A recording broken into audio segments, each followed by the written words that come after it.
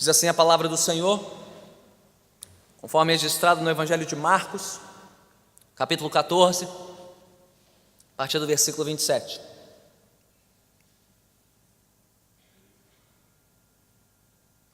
Disse-lhes Jesus: vocês todos me abandonarão, pois está escrito: ferirei o pastor, e as ovelhas serão dispersas. Mas depois de ressuscitar, irei adiante de vocês para a Galiléia. Pedro declarou: ainda que todos te abandonem, eu não te abandonarei. Respondeu Jesus: asseguro-lhe que ainda hoje, esta noite, antes que 2 vezes cante o galo, 3 vezes você me negará. Mas Pedro insistia ainda mais: mesmo que seja preciso que eu morra contigo, nunca te negarei. E todos os outros disseram o mesmo. Então foram para um lugar chamado Getsêmani. E Jesus disse aos seus discípulos: sentem-se aqui enquanto vou orar. Levou consigo Pedro, Tiago e João e começou a ficar aflito e angustiado. E lhes disse: a minha alma está profundamente triste, numa tristeza mortal. Fiquem aqui e vigiem. Indo um pouco mais adiante, prostrou-se e orava para que, se possível, fosse afastada dele aquela hora. E dizia: Abba, Pai, tudo te é possível. Afasta de mim este cálice. Contudo, não seja o que eu quero, mas sim o que tu queres. Então voltou aos seus discípulos e os encontrou dormindo. Simão, disse ele a Pedro, você está dormindo? Não pôde vigiar nem por 1 hora? Vigiem e orem para que não caiam em tentação.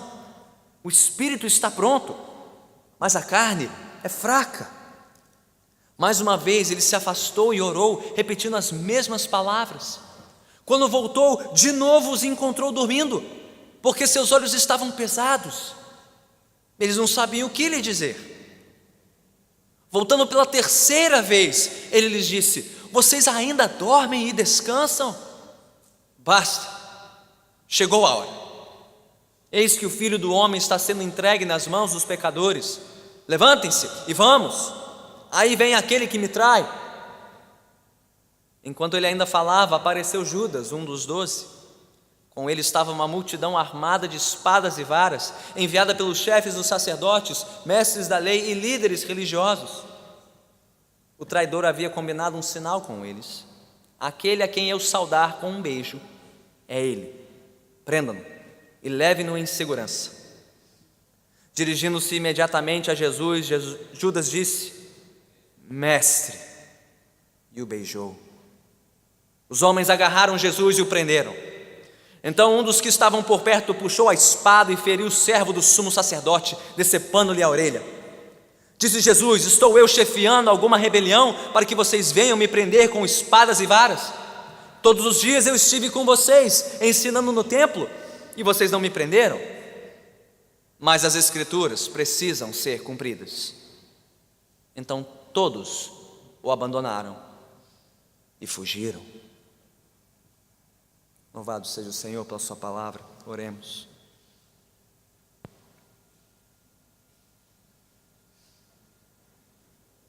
Senhor bendito, ao recordarmos nesta noite da noite mais tenebrosa da vida de Jesus,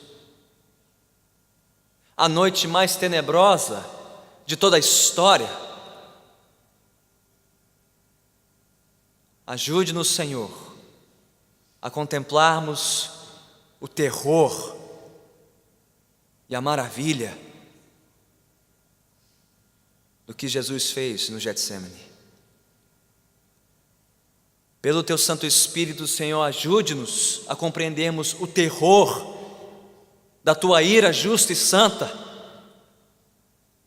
e a maravilha da Tua graça e misericórdia em Cristo Jesus. E ao contemplarmos isso, Senhor, que as nossas vidas nunca mais sejam as mesmas,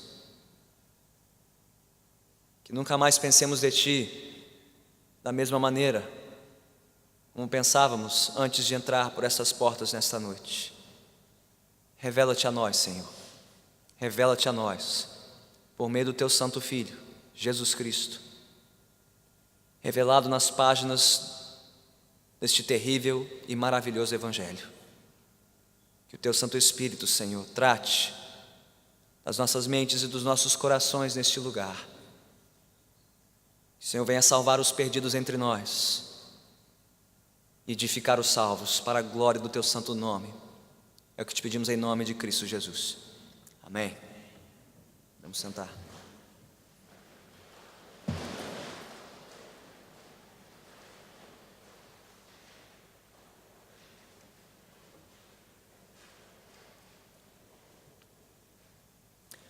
Uma aflição incontrolável, uma angústia de alma profunda, uma tristeza mortal capaz de nos paralisar. Quantos já experimentaram? Ou talvez estejam experimentando algumas ou todas essas coisas que eu acabei de citar. Alguém? O que explica isso? O que explica esses momentos de aflição, de angústia e de tristeza mortal? Bem, talvez uma condição persistente de desemprego ou de arroxo financeiro, um ambiente profissional desgastante e hostil à fé, uma enfermidade crônica e debilitante sua ou de alguém na sua família a quem você tanto ama, uma solidão, um isolamento, uma frustração, um conflito relacional, seja dentro da sua família, seu círculo de amigos, talvez até mesmo dentro da própria igreja. Um luto difícil de ser suportado, elaborado, ou até mesmo uma pessoa amada, próxima e querida, que insiste em resistir à mensagem do Evangelho. Nenhuma dessas coisas é incomum a nós aqui. Até mesmo aqueles que conheceram, amaram e serviram a Deus com fidelidade ao longo dos séculos. Quantas vezes nós ouvimos os salmistas da Bíblia, o próprio rei Davi, o grande rei de Israel, entoando palavras semelhantes àquelas que nós ouvimos no início desta noite, as palavras do Salmo 42, os versículos 5 e 11: Por que estás assim, tão triste, ó minha alma? Por que estás perturbada dentro de mim?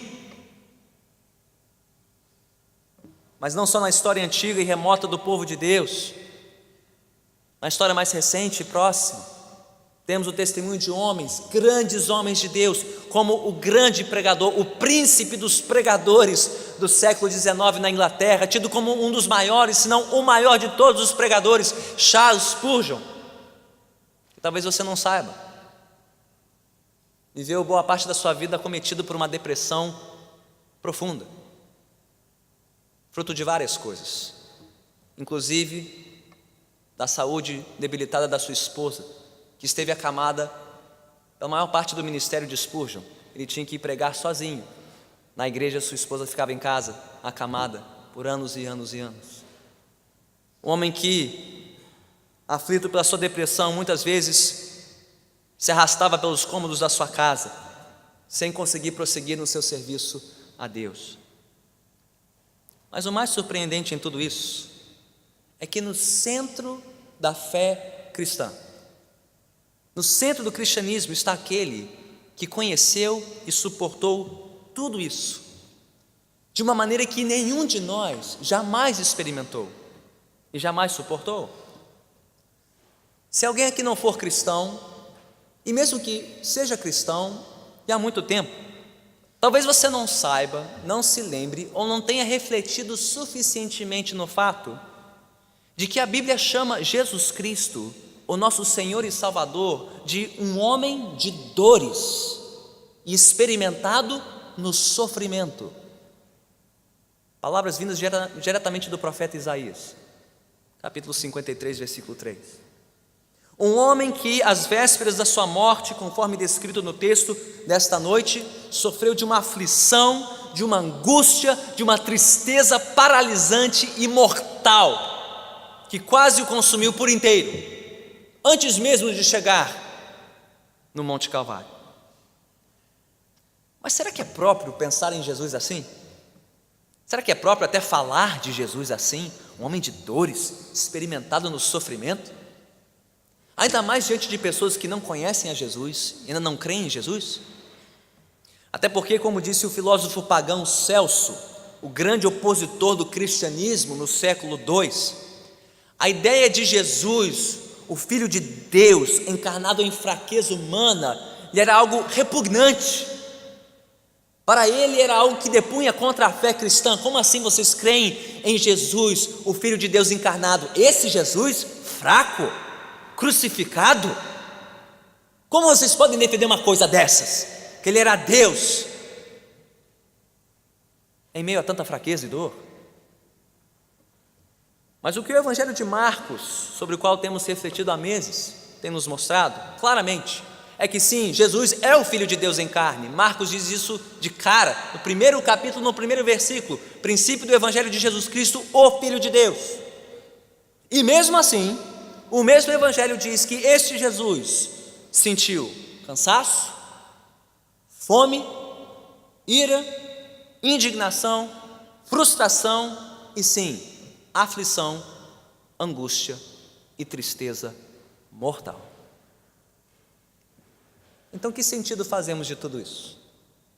Como reconciliar essas coisas a respeito de Jesus? Ele é o Filho de Deus, encarnado em tanta fraqueza, dor e sofrimento.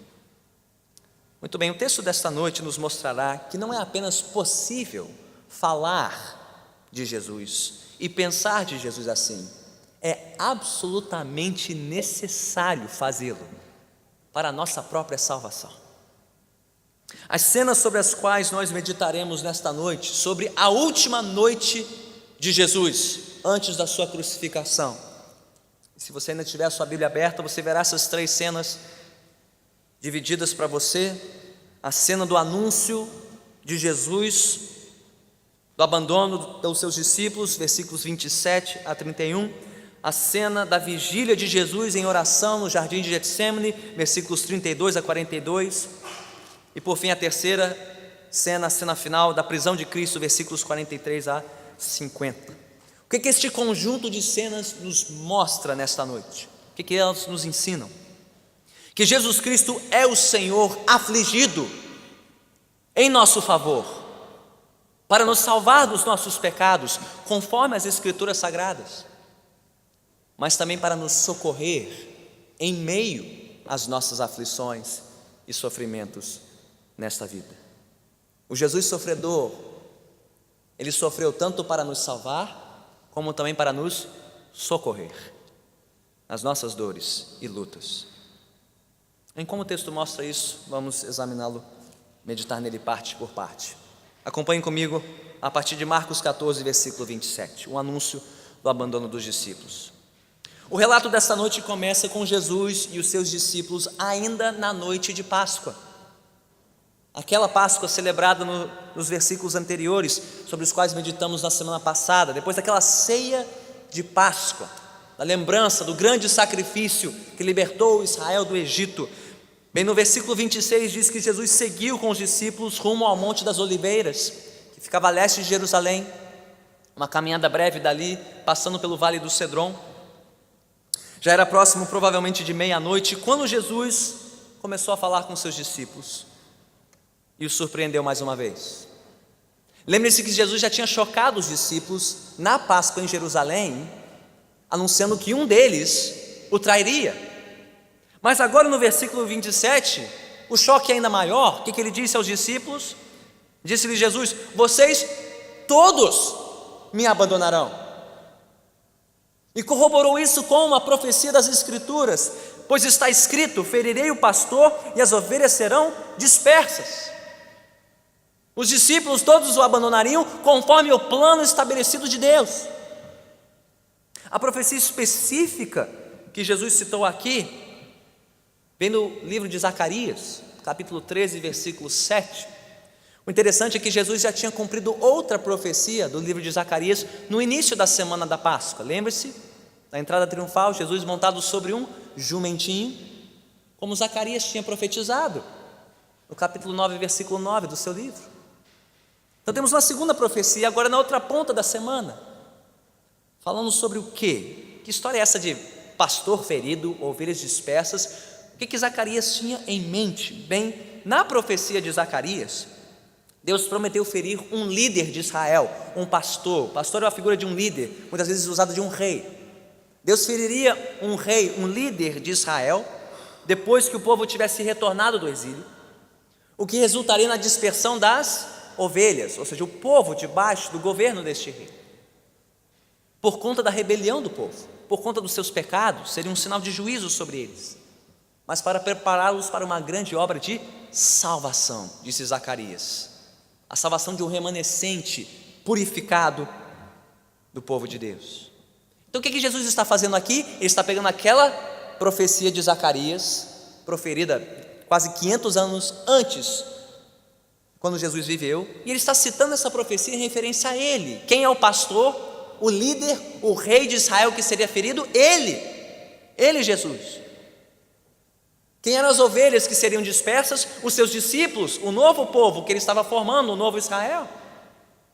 E por que isso aconteceria? Justamente porque este rei, Jesus, levaria sobre si o castigo do pecado do seu povo, para então salvá-los, reuni-los novamente na sua presença. Ele confirma isso no versículo seguinte, versículo 28. Mas depois de ressuscitar, irei adiante de vocês para Galiléia, como um pastor conduzindo de novo as suas ovelhas para o aprisco, para onde tudo começou, na Galiléia, no novo início da história. Então, mais uma vez, como de costume, nós vemos Jesus plenamente ciente e convicto da sua missão, a missão que ele viera cumprir. Quantas vezes já ouvimos Jesus neste evangelho dizendo: está escrito, é necessário, isso vai acontecer, eu preciso morrer, 3 dias depois eu vou ressuscitar. Quantas vezes já ouvimos Jesus pontuando isso? Faz parte do plano de Deus. E agora ele incluiu um novo dado: todos vocês, discípulos, me abandonarão também. Jesus está ciente disso e convicto disso. Bem, se vemos Jesus na sua postura habitual aqui, por outro lado nós vemos Pedro e os demais discípulos também na sua postura costumeira neste evangelho. E como é que os discípulos costumam se comportar neste evangelho? Inconformados com as palavras de Jesus, contrariados pelas palavras de Jesus e muito seguros de si mesmos. Você se lembra das discussões dos discípulos sobre quem seria maior, o maior no reino, quem seguiria Jesus até o fim? Talvez você ainda se lembre de Tiago e João, quiseram sentar à direita e à esquerda de Jesus no seu reino, e dizendo: olha, a gente pode beber o cálice que for, nós vamos até o fim contigo, Jesus. Bem, Pedro, falando em nome de todos aqui no versículo 29, decidiu fazer o que ele faz de melhor neste evangelho: contrariar Jesus. Se ele não podia mudar a missão de Jesus, pelo menos ele tentou mudar a opinião de Jesus sobre ele e os discípulos. O que ele disse? Versículo 29, Pedro declarou: ainda que todos te abandonem, eu não te abandonarei. Bem, como se as palavras de Jesus não tivessem sido claras o suficiente, ele disse: isso vai acontecer, está escrito. Não tinha entendido o recado, então Jesus decide reforçar a predição de maneira mais contundente, de maneira mais específica e de maneira iminente. Pedro, você não está entendendo nada. Deixe-me ser claro, vou falar um português, ou no caso um aramaico bem claro. É o seguinte, versículo 30. Eu asseguro-lhe que ainda hoje, vai ser hoje ainda, nesta noite, antes que 2 vezes cante o galo, 3 vezes você me negará. E Pedro entendeu o recado? Não, nem ele nem os outros.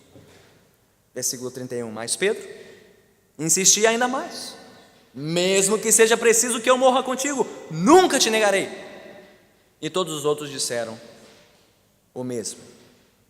Bem, à luz do resto da história, entenda bem, eles estavam dispostos a morrer por Jesus.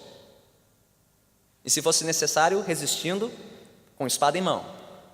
Mas eles não estavam dispostos a morrer com Jesus na cruz, que o aguardava no dia seguinte. Mas o que esta cena inicial nos mostra? Bem, ela traça para nós um conflito. É o conflito que rege essa história. É o conflito que dá contorno a este relato. E é o conflito entre o firme propósito de Jesus de cumprir o plano de Deus, apesar do abandono dos seus discípulos, e o firme propósito dos discípulos de não abandonar Jesus, enquanto ele cumpre o plano de Deus. Então imagine aqui um cabo de guerra, e alguém vai ter que ceder nessa história, e você já sabe o final, quem vai ceder no fim dessa história. Mas de um lado temos Deus, prometendo cumprir o seu propósito por meio do seu Filho Jesus, e até mesmo por meio do abandono dos discípulos. E do outro lado, os discípulos dizendo firmemente que vão cumprir o seu propósito, de seguir Jesus até o fim. Pois bem, isso nada mais é, meus irmãos, do que um retrato do conflito que percorre todas as páginas e todas as etapas da história da Bíblia. E é o conflito que está no centro do Evangelho. Sabe qual é o grande conflito da história, o grande conflito narrado pela Bíblia? De um lado nós temos Deus, aquele que promete cumprir, e sempre cumpre o que promete, apesar da infidelidade do seu povo, as suas promessas, a sua aliança. Ele contemplando um povo que não merece, com a sua bondade e misericórdia. E de um outro lado temos nós, o povo de Deus, que sempre promete cumprir a sua parte, mas não cumpre. Fica aquém das suas promessas diante do Senhor. E sabe o que é o Evangelho? Se você não sabe definir o Evangelho, nunca ouviu um resumo do Evangelho, o Evangelho é isso. São as boas notícias de um Deus que mandou o seu Filho, Jesus Cristo, Deus encarnado, para resolver esse problema de uma vez por todas. Para representar, por um lado, Deus, o Deus fiel, fiel à sua aliança, fiel às suas promessas. Para salvar um povo infiel à palavra de Deus, infiel à sua aliança com Deus. E como Jesus veio fazer isso? Morrendo numa cruz, tomando sobre si o pecado que nós merecíamos, a punição e o castigo do pecado que nós merecíamos, para então ressuscitar e nos dar perdão e vida eterna. Isso é o Evangelho. E este é o Evangelho que você deve pregar para os seus parentes, seus amigos e conhecidos, os que não ouviram e não creram. E se você nunca tinha ouvido antes, agora você sabe, em poucas palavras, o que é esta mensagem que nós pregamos e celebramos aqui, e que já está refletida nessa primeira cena da história. Mas a pergunta é: pastor, por que os discípulos não conseguiram entender isso? Por que eles não conseguiram enxergar isso? E em todos os outros momentos em que Jesus tentou explicar para eles, anunciar para eles o plano da cruz, o plano da salvação, será que eles não tinham capacidade de entender? Não era uma falta de capacidade, era uma falta de vontade. O que cegava aqueles homens e o que cega qualquer um que não crê no Evangelho é o orgulho, é a autoconfiança, é a autossuficiência, é confiar demais em si e confiar de menos em Deus. É por isso que Pedro e os discípulos não queriam acreditar. Nós te abandonar? Nunca, Jesus. Bem, o que as próximas cenas nos mostrarão é que é este orgulho e esta autoconfiança que estão prestes a ser desvendados e despedaçados pelo Senhor Jesus. Vamos seguir em frente. Cena seguinte, a vigília de Jesus no Getsêmani. Depois de ter anunciado o seu abandono pelos discípulos, Jesus enfim chegou ao Monte das Oliveiras. E é um lugar muito específico deste monte, onde, dizem os relatos paralelos, Jesus costumava orar. Ele gostava de um cantinho do Monte das Oliveiras, o jardim do Getsêmani. Getsêmani significa algo como prensar olivas. Então, num monte repleto de oliveiras, este era um lugar que provavelmente tinha uma prensa, um lugar para prensar as azeitonas, as olivas, né, para poder produzir o azeite. E numa noite de Páscoa, ninguém estaria lá numa prensa, prensando olivas, a festa já tinha acabado, e estaria lá reservado com seus discípulos para orar. Mas note que coisa interessante. Você viu que Jesus tinha plena consciência e plena convicção do que estava prestes a acontecer? E o que ele foi fazer? No Monte das Oliveiras, no jardim do Getsêmani, ele foi orar. É isso que diz o versículo 32. Então foram para um lugar chamado Getsêmani, e Jesus disse aos seus discípulos: sentem-se aqui enquanto vou orar. O que nos mostra que oração não é só o que nós fazemos quando não sabemos o que Deus quer de nós, mas oração é o que fazemos quando já sabemos o que Deus quer de nós, para que Ele nos ajude a cumprir a sua vontade. Foi por isso que Jesus foi orar. Não para descobrir a vontade de Deus, mas para receber graça para cumpri-la e fazê-la por inteiro. Então diz o versículo 33 que ele levou consigo 3 dos 12 discípulos, os mais achegados. Você já sabe disso neste evangelho: Pedro, Tiago e João. Quem eram Pedro, Tiago e João? O círculo mais íntimo de Jesus. Os únicos 3 que viram o milagre da ressurreição da filha de Jairo, no capítulo 5. Os únicos 3 que viram a transfiguração de Jesus no monte, no capítulo 9. Mas o curioso é que esses 3 também foram exatamente aqueles que mais protestaram que não abandonariam Jesus. Tiago e João no capítulo 10 dizendo: nós podemos beber o cálice, manda ver Jesus, nós vamos até o fim. E Pedro acabou de dizer: os outros podem te abandonar, mas eu não. Muito provavelmente Jesus está chamando esses 3 para mais perto, para testar e ver até onde vai a resolução deles de segui-lo até o fim. Então algo totalmente inusitado acontece neste evangelho, algo que você ainda não viu até aqui. O Jesus que nós vimos no evangelho de Marcos até aqui é um Jesus seguro, firme, tranquilo, convicto da sua missão. Um Jesus inabalável.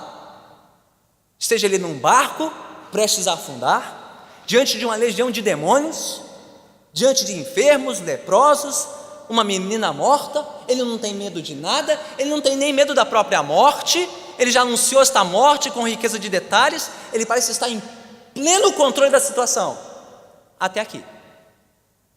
Parece que num estalar de dedos outro Jesus entra em cena, porque diz o texto no versículo 33 que Jesus levou consigo Pedro, Tiago e João e começou a ficar aflito e angustiado. As palavras aqui não falam apenas de uma aflição superficial e passageira, mas de uma comoção de alma, algo que de repente o estremeceu por dentro, e que ele descreveu no versículo 34 para os discípulos como uma tristeza profunda e até mortal. É o mesmo Jesus do resto dos evangelhos? Porque de repente, tomado de angústia, de aflição e de tristeza mortal? Bem, primeiro porque, como nós mesmos sabemos e experimentamos, há uma enorme diferença entre saber e estar convicto de algo difícil e doloroso pelo qual você tem que passar, como por exemplo uma cirurgia delicada, e de fato passar pela cirurgia. Você pode concordar com o médico que precisa ser feito, pode concordar que é urgente, mas quando você entra naquele centro cirúrgico, deitado naquela maca, você pode ter a convicção que for, até que aquilo é bom para você, mas você treme, você teme e treme. Bem, uma coisa é saber que Jesus tinha convicção e ciência da sua missão, mas é outra coisa experimentar como homem tudo que ele está prestes a sofrer. E estamos às vésperas da sua crucificação, da sua traição, do seu abandono, do seu julgamento vergonhoso.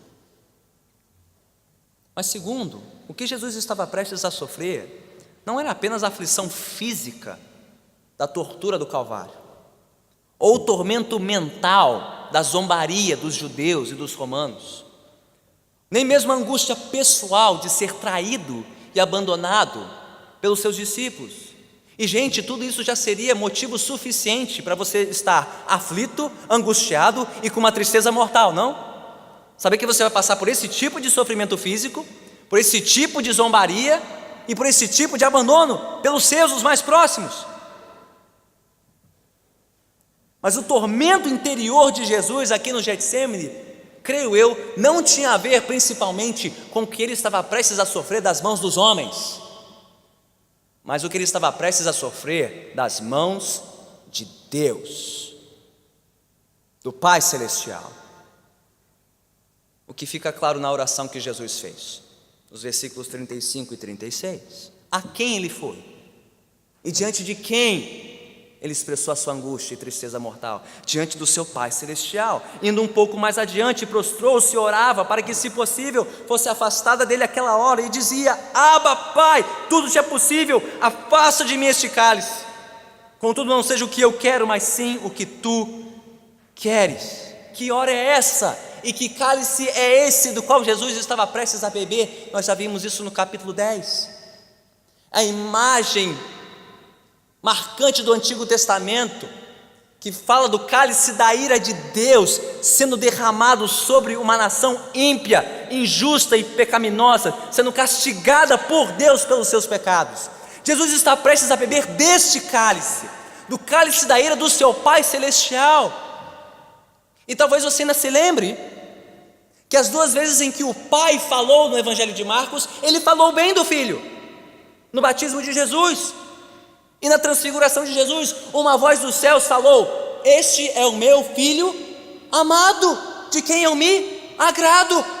Jesus, como filho, só conhecia o amor e o agrado do Pai, mas agora ele está prestes a sofrer o ódio e o desagrado do seu Pai, coisa que ele nunca antes sofreu e sentiu na sua vida.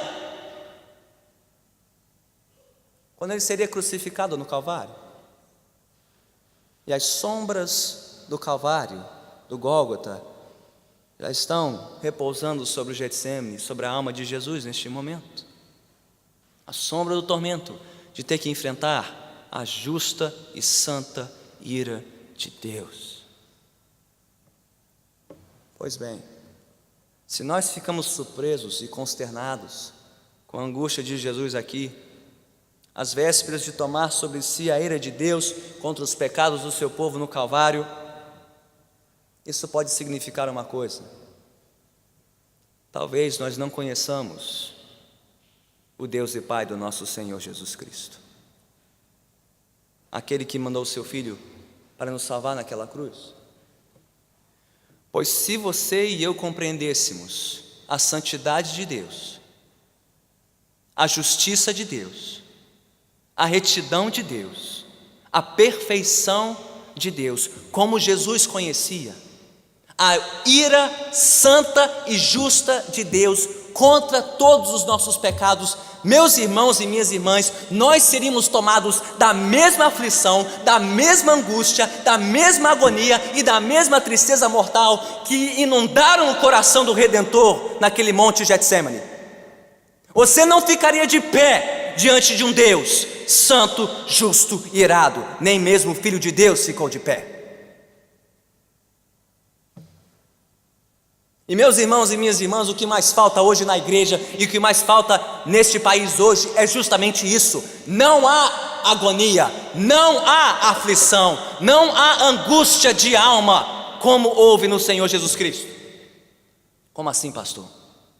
É o que mais vemos no Brasil, é agonia, é aflição, é angústia pelas coisas que vemos, a calamidade pública, na segurança, na saúde, na educação. Como assim não há agonia e aflição? Há sim muita agonia e aflição pelo que vemos, mas não há agonia e aflição pelo que não vemos.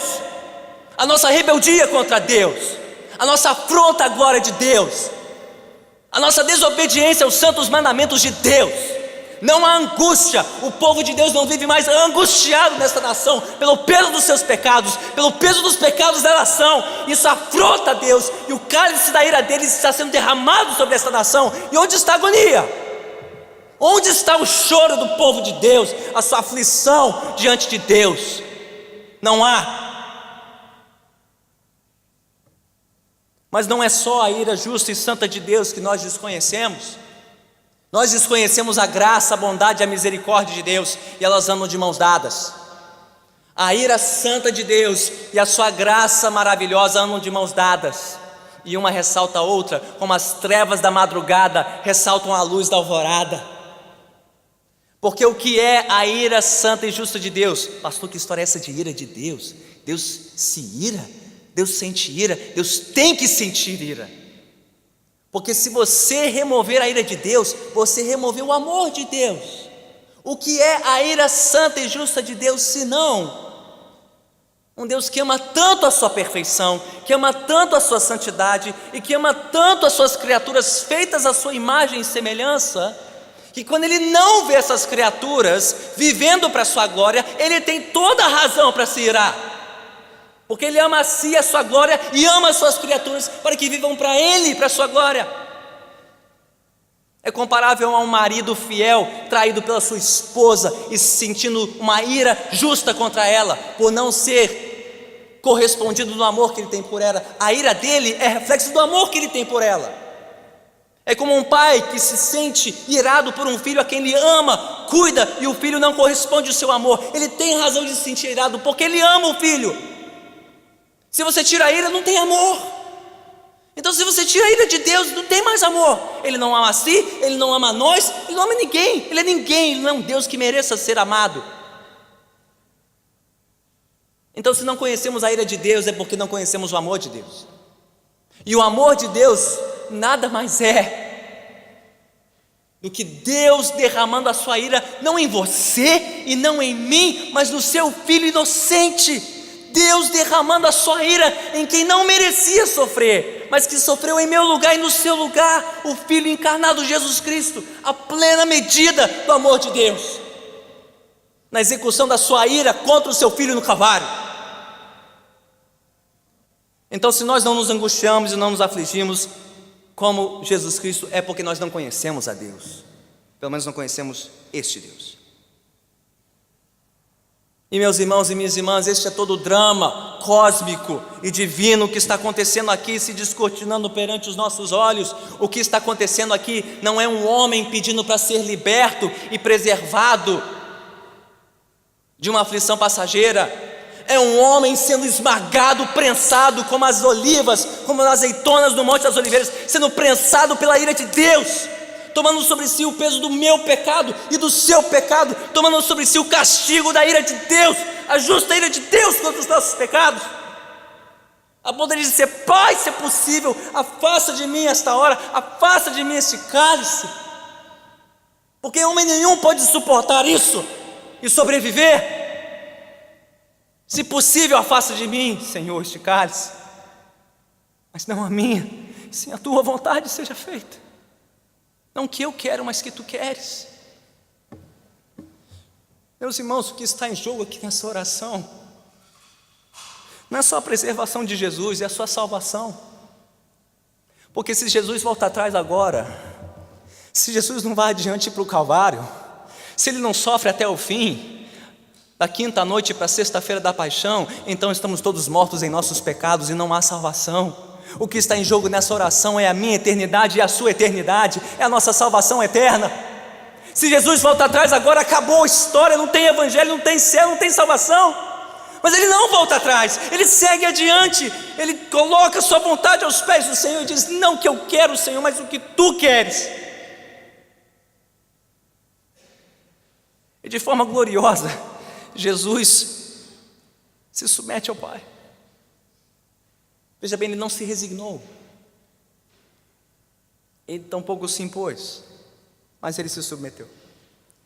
Ele se submeteu humildemente à vontade do Pai, para que eu e você pudéssemos ser salvos, para que eu e você não tivéssemos que experimentar essa aflição, essa angústia e essa tristeza mortal de ser esmagado pela ira de Deus. Então, no fim, sabe o que acontece? Jesus escolhe não se poupar para poupar a mim e a você, quando o que nós fazemos é nos poupar e não poupar Jesus, porque é isso que os discípulos fizeram. Jesus aqui não se poupa para poupar os discípulos. E o que os discípulos fazem nessa história? Eles se poupam, eles cochilam, eles dormem e deixam Jesus ir para o Calvário. Não é isso que você vê logo em seguida, nos versículos 37 e 38? Justamente quem? Justamente quem é o primeiro? que Jesus confronta? Simão, Pedro, nem você, Simão Pedro, nem por uma horinha você pôde vigiar comigo. Uma horinha que fosse, não pôde vigiar nem por uma hora. Vigiem e orem para que não caiam em tentação. O espírito está pronto, mas a carne é fraca. E serviu de alguma coisa? Não. Dominados pelo cansaço do dia, e certamente foi um dia longo, começou em Betânia, terminou quase meia-noite no Monte das Oliveiras, muitos preparativos para a Páscoa. Eles tinham razão para estar cansados, mas mesmo assim, boas razões não são razões suficientes para desobedecer a Jesus. A carne é fraca, discípulos. O espírito está pronto, vigiem, orem. E quantas vezes eles deixam de vigiar? 3 vezes. Quantas vezes Pedro negaria Jesus ainda naquela noite? 3 vezes. Jesus nem foi preso e Pedro já está negando Jesus 3 vezes. Num contraste absoluto entre a resolução de Jesus de seguir até o fim e a disposição dos discípulos de abandonarem Jesus antes mesmo dele ser preso. Então o que esse contraste mostra, meus irmãos? Esse contraste absoluto entre a firmeza de Jesus para seguir para o Calvário e a frouxidão dos discípulos ao não vigiar e orar. O que essa cena nos mostra, meus irmãos e minhas irmãs, é um retrato maravilhoso da graça sobrenatural e merecida de Deus. Se alguém aqui imagina que é merecedor da graça de Deus, se você crê que existe alguma coisa que você pode fazer para merecer o favor de Deus, então deixe-me te desafiar a tentar viver a sua vida inteira agora em obediência a Deus. Ou pelo menos um ano inteiro da sua vida obedecendo perfeitamente a Deus. Ou pelo menos um mês inteiro obedecendo perfeitamente a Deus. Ou pelo menos uma semana inteira. Um dia inteiro. 1 hora que seja, somente obedecendo a Deus, de toda a sua mente, de todo o seu coração e de todo o seu ser. 1 hora. Porque ninguém sabe quão mal é até que tente ser bom de todas as suas forças, como disse C.S. Lewis. Então, se você ousa pensar que pode merecer a graça de Deus, o que você está dizendo é que Jesus sofreu em vão, que tudo isso aqui foi um excesso, que Ele não precisava ir para a cruz, que Ele não precisava sofrer assim no Getsemane, porque você pode se representar perante Deus. É uma afronta à agonia de Jesus, é uma afronta ao seu sacrifício, porque diz que tudo isso foi um excesso desnecessário, porque você é bom o suficiente para ir para o céu sem Jesus. É um escândalo. E se alguém aqui ousa pensar que merece ir para o céu pelas suas obras, que se arrependa agora, que se arrependa nessa noite e confesse que só Jesus Cristo pode te salvar pelo sacrifício dele no Calvário, que nada disso foi em vão. Pare de se orgulhar, pare de confiar em si, pare de se achar tão autossuficiente quanto os discípulos nessa história.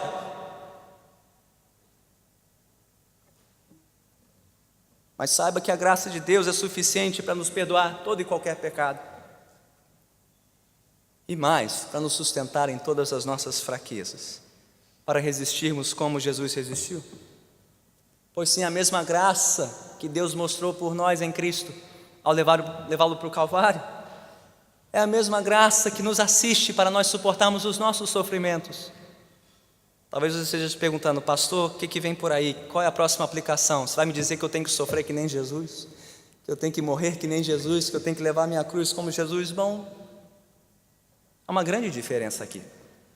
Porque diferente do sofrimento de Jesus, nem todas as suas aflições são absolutamente necessárias. A de Jesus foi, Ele tinha que morrer assim, Ele tinha que sofrer assim.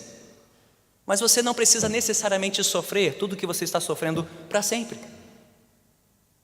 As nossas aflições não são absolutamente necessárias, como foram as de Jesus, mas elas podem ser temporariamente necessárias para cumprir o plano de Deus na minha vida e na sua vida. E só Deus sabe o tempo e o prazo das nossas aflições. Porque dentro do plano soberano de Deus, Ele usa as nossas aflições justamente para nos ensinar a obedecê-lo. Não foi isso que o autor aos Hebreus disse sobre as aflições de Jesus refletindo sobre este texto. Você pode anotar Hebreus capítulo 5, versículos 7 a 9, o autor aos Hebreus pregando este texto na sua carta e dizendo, Hebreus 5, 7 a 9, durante os seus dias de vida na terra, Jesus ofereceu orações e súplicas em alta voz e com lágrimas àquele que o podia salvar da morte, sendo ouvido por causa da sua reverente submissão. Embora sendo filho, ele aprendeu a obedecer por meio daquilo que sofreu, e uma vez aperfeiçoado, tornou-se a fonte da salvação eterna para todos os que lhe obedecem. Pergunta: se foi assim que Deus ensinou a obediência ao seu próprio Filho encarnado, Ele não pode nos ensinar a obediência também por meio das nossas aflições e dos nossos sofrimentos? Um desemprego, uma enfermidade, um abandono, uma traição, um luto. Isso não quer dizer que você precisa se resignar à vontade de Deus. Você vê Jesus se resignando à vontade de Deus aqui? Não. Mas certamente quer dizer que você não pode impor a sua vontade a Deus. E resignação e imposição são dois lados da mesma moeda carnal do orgulho. Resignar-se é dizer, bem, se não pode ser feito do meu jeito, então que seja feito de qualquer outro jeito. Imposição é, bem, só pode ser feito do meu jeito, e eu não vou desistir até que façam do meu jeito. Resignação e imposição são dois lados do mesmo orgulho carnal, mas o que vemos aqui em Jesus não é nem uma coisa nem outra. Ele não está nem se resignando e nem se impondo a Deus, ele está oferecendo, submetendo a sua vontade à do Pai, dizendo: se possível, Senhor, tudo te é possível, se possível afasta de mim esse cálice, mas não o que eu quero, e sim o que tu queres. Isso se chama submissão, humilde, piedosa, reverente. Então, se há algo que a oração de Jesus no Getsêmani nos ensina acerca das nossas orações, pastor, como é que eu oro em meio às minhas aflições e aos meus sofrimentos? Ore como Jesus orou. Você tem um Pai Celestial que pode fazer o que for, e por meio de Jesus Cristo você tem livre acesso a este Pai para pedir o que for. Jesus ousou: se é possível, passa de mim. Você tem liberdade para pedir o que for, mas Deus tem a liberdade para dizer o que Ele quiser, e responder como e quando e onde Ele quiser. Então, como filho, diga: Senhor, não o que eu quero, mas sim o que Tu queres. E saiba que quem te ouve é Abba, Pai. É o Pai Celestial. É um Pai soberano, poderoso, sábio, bom, justo, amoroso, que nunca erra no que faz. Então sim, apresente os seus pedidos por cura, por emprego, por restauração, por companhia, pelo que for. Mas certifique-se de terminar orando como Jesus terminou. Não o que eu quero, Senhor, mas sim o que Tu queres. Porque se não fizermos isso, meus irmãos, sabe o que pode acontecer? A mesma coisa que aconteceu com os discípulos. Se até os discípulos de Jesus, os que andaram com Ele por 3 anos, viram tudo o que Ele fez, ouviram tudo o que Ele ensinou, se até mesmo eles foram capazes de abandonar Jesus, por que não vigiaram? Por que não cuidaram e não perseveraram em oração? Qualquer um aqui pode seguir o mesmo caminho. O que nos leva à cena final, a prisão de Jesus. Com isso terminamos. Quando Jesus enfim anunciou que sua hora havia chegado, versículos 41 e 42, então no versículo seguinte, 43, apareceu Judas, um dos 12, o traidor. Na reconstrução da cena, muito provavelmente ele apareceu sozinho, primeiro, no breu da noite, na escuridão, deixando aquela turba, aquela multidão armada da guarda do templo, escondida, para não chamar a atenção dos discípulos de início. E o que fez Judas? Ele foi em direção a Jesus para proferir suas palavras de despedida, as últimas que Judas diria a Jesus. O que ele disse? Versículo 45: Mestre, o homem ainda teve coragem de chamar Jesus de mestre, antes de dar-lhe o beijo da morte. Provavelmente um beijo no rosto ou na mão, um sinal público de honra, mas que mostra o seguinte: você pode confessar verdadeiramente quem Jesus é, Ele é o Mestre, você pode mostrar a afeição que for por Ele, como este beijo de honra, e não passar de um miserável traidor do Evangelho.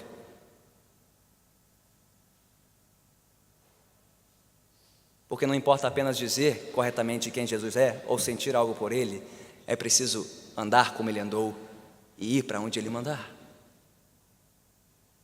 Então, conforme o combinado, no meio da noite, na calada da noite, quando viram Judas se aproximando do Mestre, eles sabiam quem amarrar, eles sabiam quem prender. A guarda armada cercou Jesus, o prendeu, como se ele fosse um revolucionário qualquer, liderando uma milícia armada, esperando provavelmente algum tipo de reação. E houve no versículo 47, um dos discípulos, anônimo aqui, mas o Evangelho de João diz que foi Simão Pedro. Que ironia, né? O que prometeu muito, que não fez nada a noite toda, foi fazer tarde demais, foi sacar uma espada e cortar a orelha do servo do sumo sacerdote para mostrar serviço. Ainda levou uma bronca de Jesus, que parou tudo aquilo antes que eles reagissem mais, e provavelmente a guarda do templo podia ter aniquilado todos ali mesmo e acabar com aquilo. Então, por pura misericórdia, Jesus intervém no versículo 48 e diz: peraí, estou chifreando alguma rebelião? Eu sou algum tipo de revolucionário? Algum militante armado? Vocês não entenderam nada? Quem eu sou, o que eu vim fazer? Eu estava ensinando no templo a semana toda, ensinando a palavra, mostrando que ela está sendo cumprida em mim, e é assim que vocês vêm me prender? Mas ele termina, versículo 49, as escrituras precisam ser cumpridas. E então o relato desta noite termina como começou. Como é que essa história começou? Você ainda se lembra? Jesus disse: ferirei o pastor e as ovelhas serão dispersas, porque está escrito. E como é que a história termina? Jesus dizendo: as escrituras precisam ser cumpridas.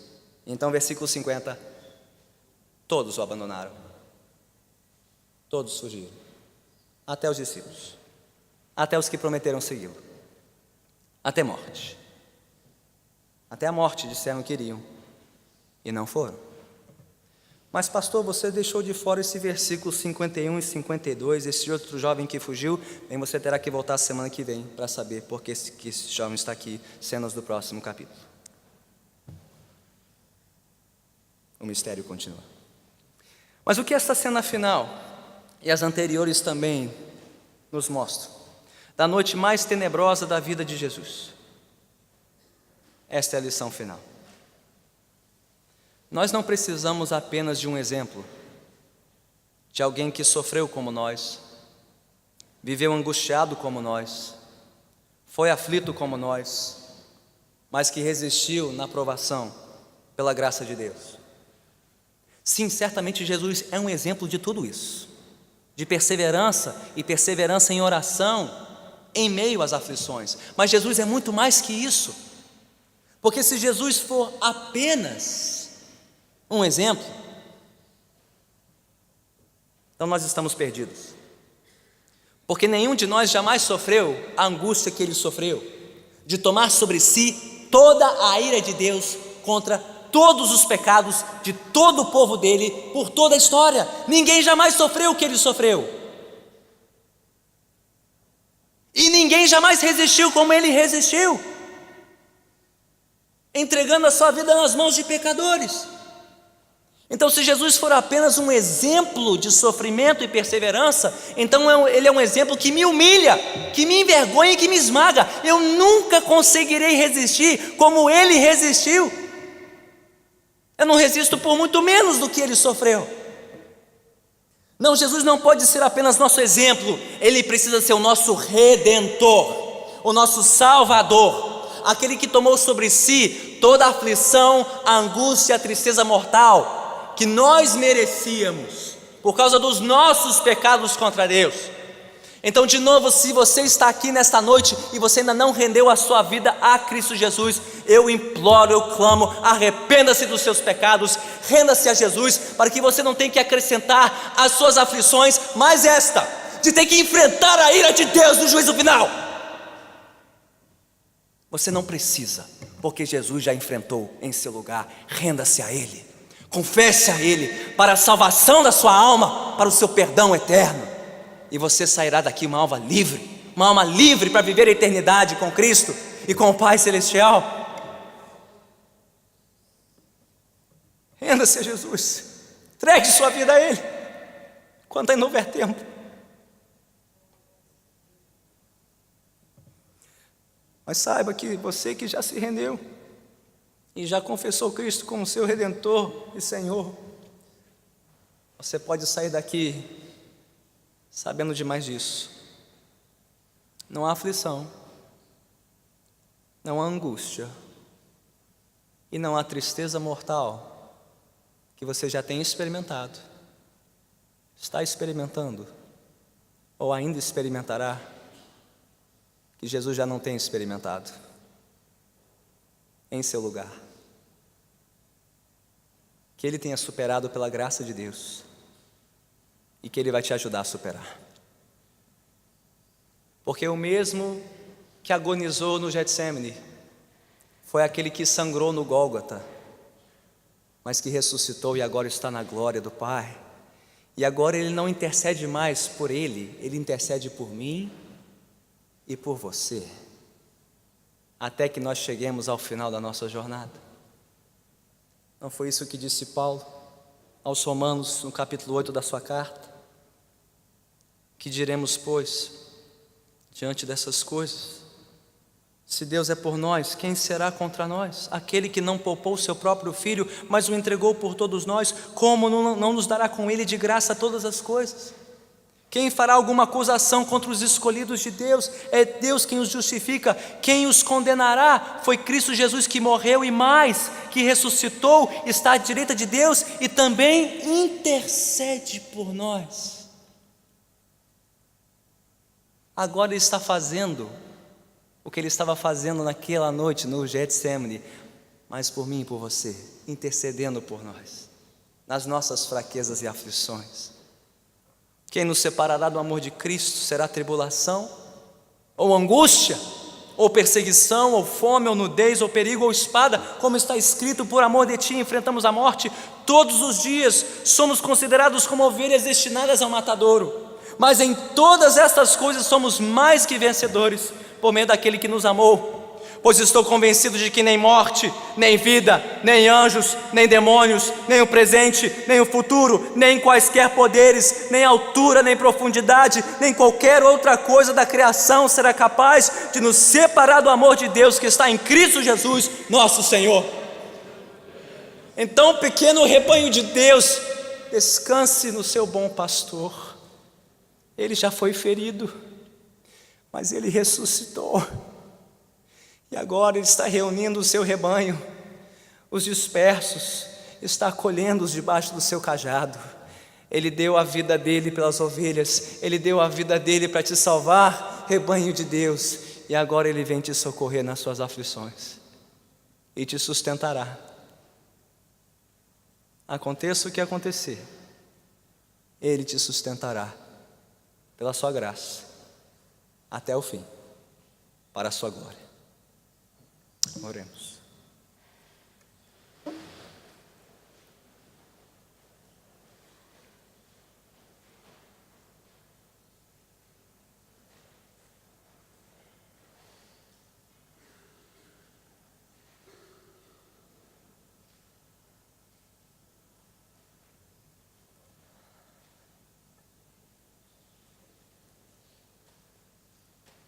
Senhor Jesus, nós te reconhecemos nesta noite por quem Tu és. Tu és o bom pastor, entregue nas mãos de pecadores, ferido por nós, para nos salvar, para nos socorrer. Não há outro que tenha nos amado assim, não há outro que nos ame assim, não há outro que jamais nos amará assim, a ponto de sofrer tudo o que sofreu: angústia, agonia, tristeza mortal de alma, até derramar o seu sangue no Calvário, para nos salvar, para nos perdoar os nossos pecados, para que não mais tivéssemos que sofrer a pior de todas as angústias e agonias, a de enfrentar o juízo vindouro, a ira santa de um Deus santo. Ó Senhor, e se houver entre nós aqueles que ainda não confessaram a Ti, Senhor Jesus, como bom pastor das suas almas, eu te suplico, ó Pai, traz estas almas para o Teu aprisco, faze delas Tuas ovelhas também, Senhor, quebranta os seus corações, para que fujam da loucura de enfrentar a Tua ira no fim da história, e corram para os braços de Cristo Jesus, o bom pastor, que está pronto a perdoar todo aquele que o confessa com arrependimento e fé. Mas, Senhor, eu te louvo por ser lembrado nesta noite de que o bom pastor deu a sua vida por nós, ovelhas, que não mereciam este amor. Não merecíamos, Senhor, o sacrifício de Cristo, e ainda não merecemos. Ainda somos tão falhos quanto aqueles discípulos, tão inconstantes e insensatos como eles. Perdoe-nos, Senhor, por fazermos juras de amor e muitas vezes não seguirmos em frente com a nossa aliança, nosso compromisso contigo. Tem misericórdia de nós, Senhor, limpa os nossos corações, perdoe-nos novamente, ó Senhor Jesus. Tu que foste entregue nas mãos de pecadores por discípulos que te abandonaram, que fugiram de ti, nós estamos entre eles também. Traz-nos para perto de ti, Senhor, e ajude-nos a vigiar sempre, a orar sempre, a submeter a nossa vontade sempre à tua, pedindo livremente o que for, mas sabendo dizer ao fim, não o que eu quero, mas o que tu queres, Senhor. Não a minha vontade, mas a tua vontade seja feita, e nada mais. Ó Senhor, peço, socorre aquelas almas aflitas, angustiadas e profundamente tristes entre nós. Mostra de novo o teu amor a elas e faz-as suportar o que for até o fim, para que a tua vontade se cumpra e o teu nome seja glorificado em tudo. Nós assim te pedimos em nome de Cristo Jesus. Amém.